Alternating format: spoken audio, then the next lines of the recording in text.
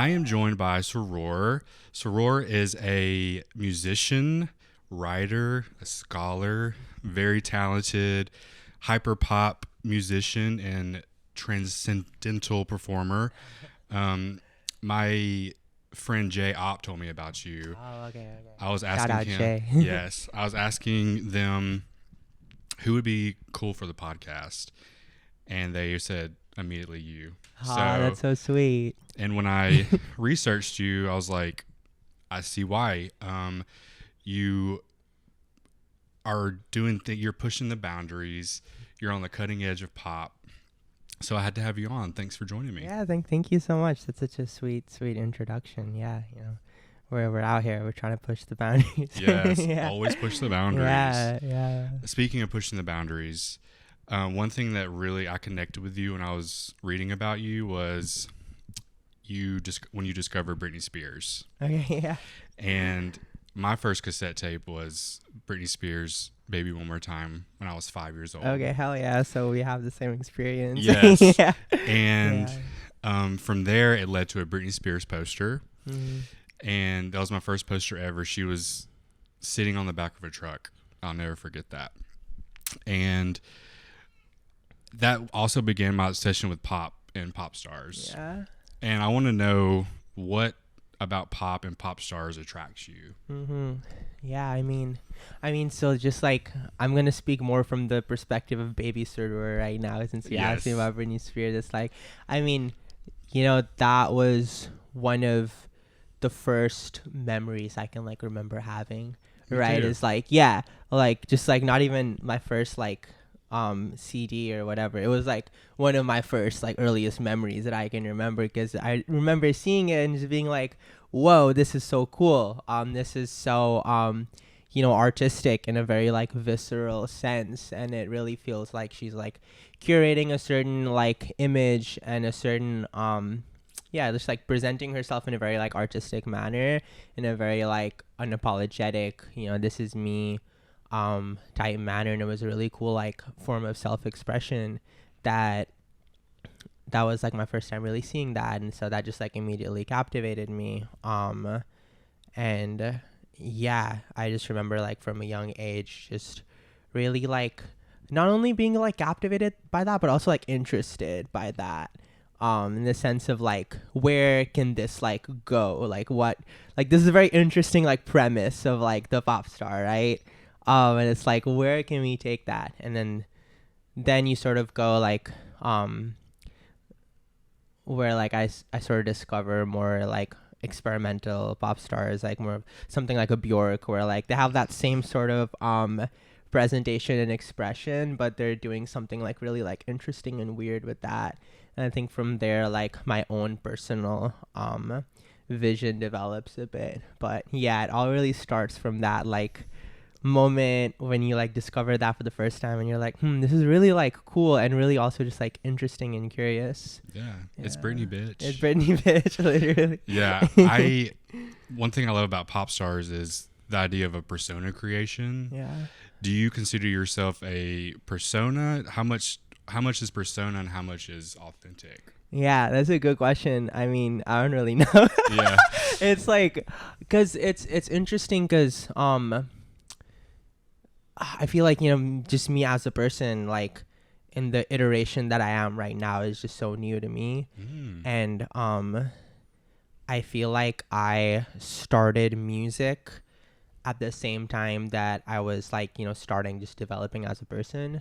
And so like, I mean, to like answer your question, there isn't like a strong difference between like my music persona and my in real life persona. And precisely because like the time with me like developing musically and developing as a person sort of like was a Venn diagram that's a circle. So I feel like they've both just kind of like developed in very similar ways. So there it is like definitely like an act of self-creation for sure. Not just in like a persona way, but like just even creating myself, really. I mean, it's interesting. Yeah, it almost is kind of like the reverse, where I've like created this music persona and I've kind of like stepped into it. And even just like my name is the biggest example of that. Suroor was the name of my music project before it became my own name.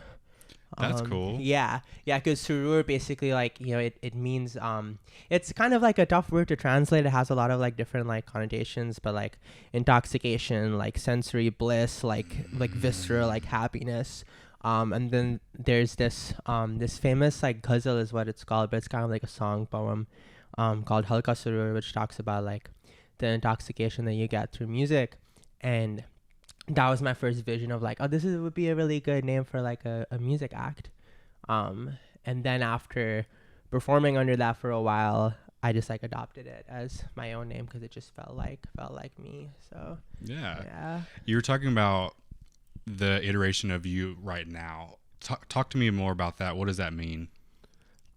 Just in the sense of like, I think before, I've only very recently started like giving a fuck about myself as a person. Yeah, same. Yeah. So it's like, I feel like before like 2 or 3 years ago, I was kind of just like going on autopilot. But like more recently, I've started to actually like develop as a person, and it's sort of like gone very like hand in hand with like my development as an artist. I love that. So you started electronic music in 2020, right? Yeah. I started like diving into the rabbit hole in 2020. Yeah. Same also. The thing about electronic music is it's so experimental. You can alter anything. What about electronic music excites you as an artist? I mean, yeah, kind of what you said. It's like, the limits are endless. It's like you can literally create whatever sound you want. Yeah, it's really just like the amount of power it gives you. Yeah, it's like, cause before I started doing electronic music, I often felt like kind of a bit bored with music, or I felt a little like, I guess maybe even helpless in a way, in terms of like, I'd be writing songs and I'd be like, this isn't hitting, or this isn't like, it would hit, but it wasn't like what I wanted. You need some grit. Make. Yeah. And then when I dived a little bit deeper into like electronic music, just like there's just the sheer scope of like, all the different sorts of like textures that you can like play with, that really helped me tap into my creativity in like a really deep way, in a way that like this is it, like this is what I want to be doing. Is your path. Yeah, it was very apparent that it was my path. Yeah, like as soon as I dove into it, I was like, I'll get this, like this is it.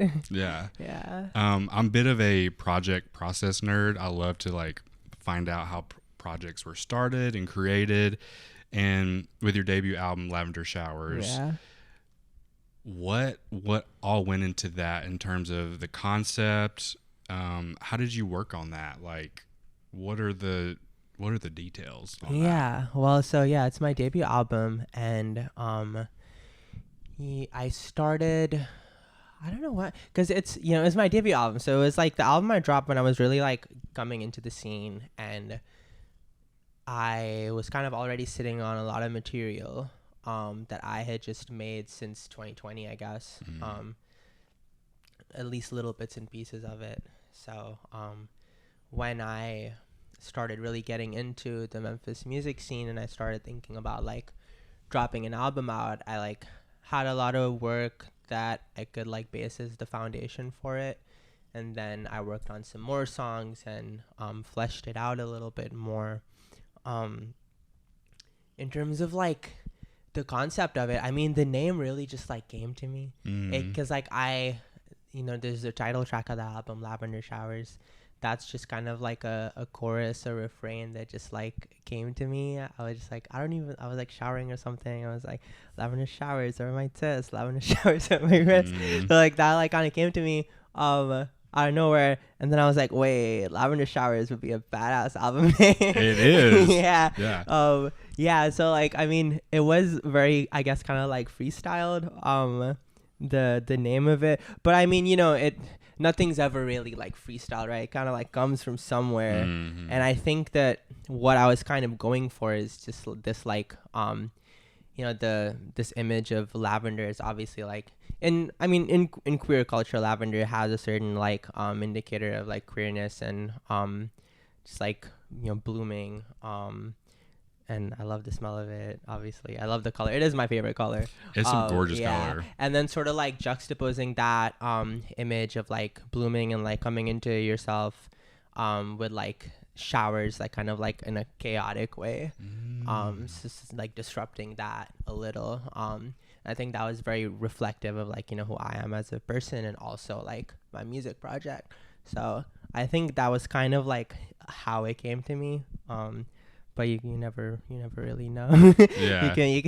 you try your best to understand where your ideas come from, but yeah, it hits you like a bolt. It sometimes. Just hits me, yeah. What do you do to like? What kind of things do you consume that give you inspiration, or do you have any like rituals or habits that keep your ideas like tunnel open? That's a good question. I don't know. I mean, like, I just listen to a lot of music. Like, I'm a music nerd, and I'm like always searching for new stuff. And I'm always thinking. I'm always thinking about like, what do I want to do? What's happening right now, and where do I want to like take music in general? And I think just like the act of like listening to like everything that's dropping, and also just like deep diving into like history as well. And doing that a lot is something that keeps my like artistic practice like fresh. Yeah. In terms of like creating, it really just happens whenever. I don't have like a strong like, I'm not a very ritualistic person. Kind of just like open up my laptop and just like go for it, and like what happens. And sometimes I'll have like specific ideas of like, oh, like it would be cool if I made a song like that. Or sometimes it's just like I like just explore and like take my guitar and like mess around with some stuff and just see what happens from it. Yeah, it's more so related to like performing when I become like more ritualistic.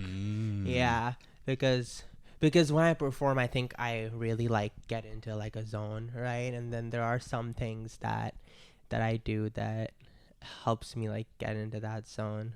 Like I always have a Cliff Bar. Protein. Yeah. Gotta have protein. But also like, I don't know, it's just something about it. It just like it's my emotional support Cliff Bar. What flavor? Banana peanut butter. Yes. Chocolate brownie or white chocolate macadamia nut. The white chocolate macadamia is my shit. Yeah. Yeah.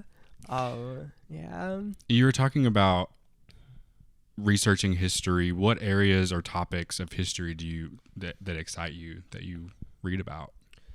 Well, I guess I'm more so like listening to like old albums. Yeah. And I really just try to explore whatever, like recently I've been diving a lot into like 80s goth music. Recently I've also been diving into a lot of like OG R&B soul stuff. And also, because Kraftwerk's coming to Memphis, I'm doing like a deep dive on Kraftwerk right now. Yeah, I'm going to that too. I'm so excited yeah. about that. Yeah, but it's really just like, because when it comes to like diving into history, I try to dive into stuff that I don't have already a good like grasp on. Yes. So like really like see what else is going on. Yeah. I can relate to that. There's a 500 greatest albums list from Rolling Stone, and I'm like slowly working my way through that from 500 down to 1. I think I'm on like, I listened to like 80 to 90 albums so far. That's what I do when I work That's out. something that they do like every now and then, right? Yeah, well, they do slight updates, but it's like the definitive. The core remains the same. Yeah. What's number 1? I don't know. I want it to be a surprise. Yeah. I like really want to know what it is, but like, it's exciting to me to like see what's coming next. Like I don't really look forward. I kind of want it to be a surprise. Yeah. And I mean, there's some that I don't really like, but I've found some really cool stuff through that. Okay. Yeah. Yeah. So along with your music, you're also a phenomenal writer. I've read a sample of your poetry from Peeling the Petals. Yeah. And I want to know what went into creating that body of work. How did you compile it? What were the themes? What was going on in your life? Yeah. I mean, honestly, it's because that was like my first poetry book as well, and it's kind of a similar story to my debut album. It's really just I had like a bunch of material that I'd just been working on, and I was like, it'd be cool to like have a poetry book. So kind of just looked at what I wrote from the past like 3 or 4 years, and picking like the coolest ones and just like compiling it into something. But yeah, I mean, yeah, so in terms of like what was going on and what went into it, it's hard to really say because it's such a long period of time. But poetry is something that is, in some ways, it's more therapeutic to me than music, because music often isn't very cerebral for me. It's often a very like visceral thing, but poetry is more like therapy in terms of like unpacking what's going on. Kind of like a diary. Yeah, it's like my way of having a diary where I really just like work through my feelings and trauma and shit. Yeah. What are some things that you unpack? I mean, I think mainly like my childhood and how different it is to like my current life, I think, and just like the whole journey of my life. Yeah, just the journey of like immigrating here and sort of like adapting to like a different culture. I know I have a bunch of poems that like specifically deal with that. I mean, a bunch of those poems are also just kind of like breakup poems. Those hit hard. Yeah. And those are the easiest to write to me. Those are the easiest to write, yeah. I mean, some of them are also kind of like, exploring like queer joy and just like, the sort of like interesting, just writing cute little gay love poems sometimes as well. Yeah. Yeah. The world needs those. Yeah. I'm very impressed that you also have your own like record label. Yeah. Purgatory Pressings. What goes into being a Purgatory Pressing artist? What do you look for? What's like the brand? What kind of music? Yeah, I mean, well, like part of what, because Purgatory Pressings I run with Window, another Memphis artist, and part of our like vision with Purgatory was to bridge all the different subsections of the Memphis music scene. There's a lot. Yeah. So I mean, in a word, like everything. Like we're both like music heads, and we love mixed bills, and we want to popularize mixed bills in the sense of like going to a show and there's a hardcore band and a singer-songwriter and a rapper and like different like genres together, rather than it being just like a hardcore night or like a rap night. We think it's interesting when like all these things come together. So that's like when we're curating shows and festivals and such, we really try to get a little bit of everything. Yeah. So it's more about discovery. Yeah, it's more, I think our like the reason we exist is more like discovery and connecting the community together, platforming artists that might not have a following in other areas of the scene and vice versa, just like bridging everything, because like you said, there's so much going on here, and I think like trying to develop like a unity between all the subfields is something that we were really trying to do, because we kind of have a foot in everything, because we're both such inter-genre artists, and we like draw from all sorts of different genres, and we go to all sorts of different shows, and we try to really use that as a foundation to bridge things together and like help the Memphis music scene just grow like that, because it's strong, it's stronger when we're all together. Yeah, it's the best. And it definitely like needs to grow. Like we want the scene to Mm-hmm. grow. So We need more people here. Yeah. We need more exposure. Like hearing you talk, you seem to be a very curious and adventurous person. Yeah. Would you say so? That would definitely say Yeah. so. Where do you think that comes from? My 4 Pisces placements. Oh wow. Big fish energy. Yeah, big water sign energy. Yeah. I mean, yeah, but like jokes aside, like well, maybe jokes aside, like my mom also.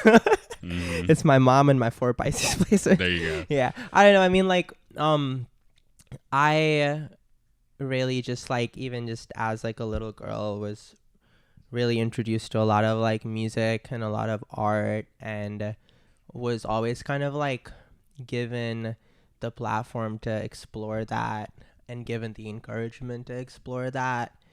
And I think I really like took that on and never looked back.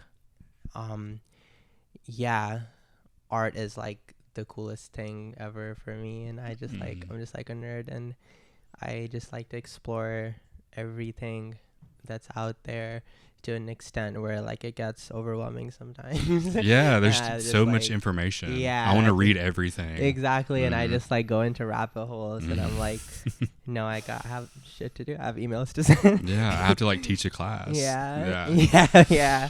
Yeah. Work on my Exactly. dissertation. Are you still working on your dissertation? Yes. Yeah. Yes. I am in like my 4th year, so I have like around like 2 years left. Wow. And I'm kind of just starting on like actually writing the thing. Yeah. How do you balance like such an academic side with your art? Do they coexist? Do they merge? They honestly feel very similar, like Mhm. both of them to me. I feel like I tap into like the same parts of my brain when I do both of them, because teaching is like a performance too. Like when I go into the classroom, I feel the same like parts of my brain being activated than like when I am on stage. And yeah, even in terms of like creation, like when I create a song or an album, it's kind of a similar process to when I create an article or a book. It's kind of like the same vibe, the same process. I love that. And I want to talk about your dissertation topic. Give like a brief overview and what made you want to explore that, because it's such a cool topic. Yeah. My dissertation is essentially like, it's partly historical, kind of exploring the types of Western conceptions of biological sex that the British Empire sort of imposed onto queer South Asian populations during. Classic. Yeah, classic. Classic British Empire thing to do. Yeah. Exploring that a little bit, and also kind of making a theoretical intervention in sexual difference discourse, essentially, primarily in the field of like ethnography. I'm kind of like conversing with a specific author called Katri Reddy, and she has this critique of Western ethnography where she essentially argues that the idea of sexual difference that the West imposes onto queer South Asian populations is they overstate the salience of like non-normative sexuality for them, because it seems non-normative from a Western point of view, but from their point of view it's not really, and that there's a lot of other things that come into how they define themselves, like spirituality and community and stuff. And I'm essentially like yes-anding that in a way. I'm trying to put a bit more emphasis onto the very idea of biological sex that came into popularity in that era, and going a bit deeper into like where did that concept even come from, because something that we like take for granted really, but there's like a very rich and particular like history of it and the ways that governments try to like enforce it. So that's essentially like the project, and yeah, in a nutshell. Love that. Have you learned anything about yourself through that project? Yeah, I mean, I guess I've just learned how like the sheer extent to which like like sex and gender was actually like a constructed thing, even like at a scientific level. So dumb. And so it's essentially just kind of, I don't know if I've learned a lot about myself. It's more about, I've learned a lot about like the world and how how the world came to be what it is right now. How everything's made up. Yeah. Yeah. Like how like where cis normativity even like came from, right? And like the exact way that it was like enforced. So it's been like really cool to like learn about that and contribute to that like field of discourse. Yeah. And so you have your debut album. There's going to be a sophomore album eventually one day. It is, yeah. I mean, soon, I think, I hope. Yes. I'm like kind of getting into album mode. Hopefully this year I'm going to target dropping a sophomore album this year. But we'll see. I'm sitting on a lot of material, and I haven't finalized like release plans yet. I'll definitely be dropping like singles this year. I might drop an album this year too, but we'll kind of like see how it develops. Yeah. Can you talk about the creation process of that and how it differs from your debut album? Yeah, I mean, that's interesting. There's a lot of things that are very similar, and there's some things that are different. It's more of an intentional process now because it's not like I have a lot of material that I'm sitting on. I'm like creating material right now in service of like the vision of it. So there's a bit more like preemptive plotting of the vision, I guess. But it is still like pretty similar to, in terms of like how I create, it's very, very similar to the debut album. The big difference is now I'm like working with a studio. Whereas the debut album was all recorded in my bedroom, mixed and mastered by myself. So that's really the biggest difference. Yeah. I want to talk about performing now. Okay. As someone who has an album, I've never performed because I am scared shitless to do that. If you could offer advice to people like me, what would you say about performing? What would you tell them? I would say specifically. I would say just do it. Just do it even though you're scared. Just do it over and over and over again. Because that's how you become not scared. Because like I remember the first time I performed, I like got on stage and I was like, what is this? Like it is a really strange like thing to do. Yeah. But that's something about me is like I tend to like, I do like get scared of things, but I tend to like do them anyway, even though I'm scared, because I feel comfortable in like sitting with the fear. How did you learn that? Just, I don't know, just like, well, I guess out of necessity, because anything that I wanted to do required sitting with it. Because I kind of like, I knew that I wanted to become a performer, that I needed that, and I just did. I was like, there's no question about it. Like, if I'm scared, then that sucks for me, but I'm still gonna do it. Yeah, exactly. Yeah, like, and I guess another more like practical advice maybe is go to open mics, because that's a good way to like start like doing like low stakes performances and then like work your way up to like an actual bill. I didn't do that, and so that's like learning, retrospectively learning, and that's like an advice I give to a lot of people who are trying to perform, is like go to open mics and like try to do like low stakes performances before like jumping into it. Because my first performance was a really big one. It was at Memphis Current, an old venue. Oh yeah. R.I.P. It was a cool venue, and that was my first ever performance like in my whole life, and it was really overwhelming. Like I got on stage, and it's one thing that they don't tell you is that like the spotlights are so bright, and I got on stage and I was like. and the spotlights are right on you, right? So you can't see anything.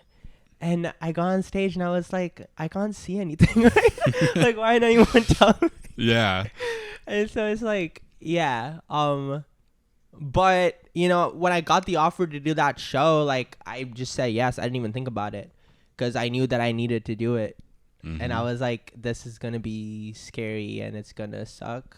And it did suck. Like, I didn't enjoy that experience. Yeah. But it was just something that I needed to do. And so I was like, I'm like, I don't care if you're scared, you're gonna do it. Yeah. Type shit. Yeah, which I guess I don't know if that's the healthiest approach to take in life, but no, I love how fearless you are. Yeah. Where do you see your performance? How do you see yourself pushing the boundaries with that? In terms of like growing, as in like, yeah, like where's my performance? Where do you want to go with that? Yeah, I mean, I am really inspired by artists that have like a huge maximalist approach to performing in terms of like, you know, having like backup dancers, and like I really want to work like with an orchestra. Like I want to have a whole ensemble, and I really want to work with like stage design and doing like cool stage props and really getting creative with the sort of like stage ambiance that I create. I want to fly. Oh yes. Yeah, because I went to like a play, and it was Wizard of Oz, and you know when Dorothy's like flying, and I like witnessed that. And I was like, that's so cool. Like I want to do that. Yeah. So like I have a lot of like ideas. And I guess it's about just like getting the resources to do that, and just like kind of like going step from step. So we'll see how it progresses and how soon we get there. But I definitely have like a vision for like elevating the live sets. Yeah. I have no doubt you'll be flying sooner than later. Yeah. So my favorite question to ask artists is, and you were talking about resources, if you had all the resources in the world, all the free time, what would be your dream project? I mean, it really would.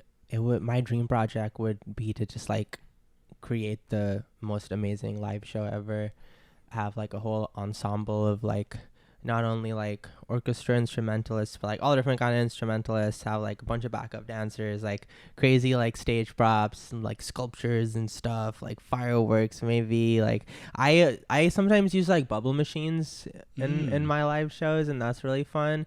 But it's like a small little like cheap one from Amazon. Yeah, you need so big bubbles. Maybe like a huge one, yeah, and it's like flying everywhere. I don't know, like yeah, like really just trying to like get creative with developing that. Cool. Yeah. Where in the next few months, where's your art going? What are you focusing on right now?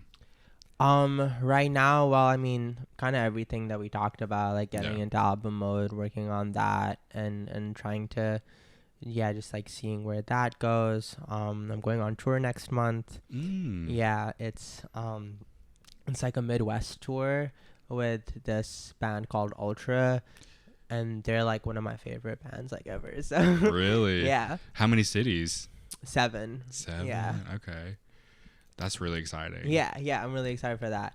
And then I'm also working on getting a summer tour together, but we'll have more information on that later. And you know, there are also like a bunch of local shows I'm doing that I'm really excited about. Gonna be playing Memphis Concrete Fest in June, so I'm really excited for that too. There's a bunch of cool like local stuff happening, and tours in the works, and albums in the works. My dissertation's in the works. Yeah. I can't forget about that. Yeah, gotta stay grounded on that while all this is happening too. So yeah, it's a lot going on. Yeah, I guess my last question would be, with all this going on, how do you remain stable, I guess? Yeah. Like not overwhelm yourself? Like how do you manage all that? Yeah, I mean, I'm kind of in the journey of figuring that out. Yeah, it's hard. Yeah, it's hard, and it's like it's all very like new to me still, right? Like I've been doing music for like almost 2 years, like professionally, But really it's been like a year since it's really like taken off, and I've been like touring all the time and like working with studio and like all the other stuff that's kind of like really elevated it. So I'm still kind of like figuring out how to balance all that stuff. But I mean, I'm really like, I think one thing that really helps is I'm very intentional about getting rest. Like I don't go crazy and like drink a bunch of monsters and stay up all night working on stuff. I think that's sometimes the picture that people have of me. Like when I told someone that I get 8 hours of sleep every day, they were like really surprised. They were like I had the exact opposite picture of you. But that's like I'm very intentional about getting rest, because I think that's something I've learned too, like because I in the past have had this mentality of like I'm just gonna like work until I get burnt out, right? And so like, and that's like whenever that happens, and we'll get to it when we get to it. And then you work and then you get burnt out, but when you're burnt out you can't work anymore. It's like you're just and you have to be consistent to be a pop star. Exactly. And I guess it's about like being proactive about like knowing, and over the course of years of like growing into yourself, you kind of like, if you're listening to your body and your mind and your soul, you get to really like know yourself and what your limits are. So it's about like, being introspective about that and being like respectful to yourself and intentional with taking our time to like rest and recalibrate, and doing that like proactively rather than like reactively. And I think that's how I sort of like extend my battery life to its largest extent. Yeah. Growth. That's awesome. Yeah. I really want to thank you for coming on. I have no doubt that you are going to take the world by storm. You're going to be international. You're going to influence music. There's going to be like little sorors out there dancing around in lavender. Thank you so again. Much. And I can't wait to see what you do. Thank you so much for having me on. This has been a very, very sweet, very fun conversation. It's been a great time. Good. Thanks. Scene.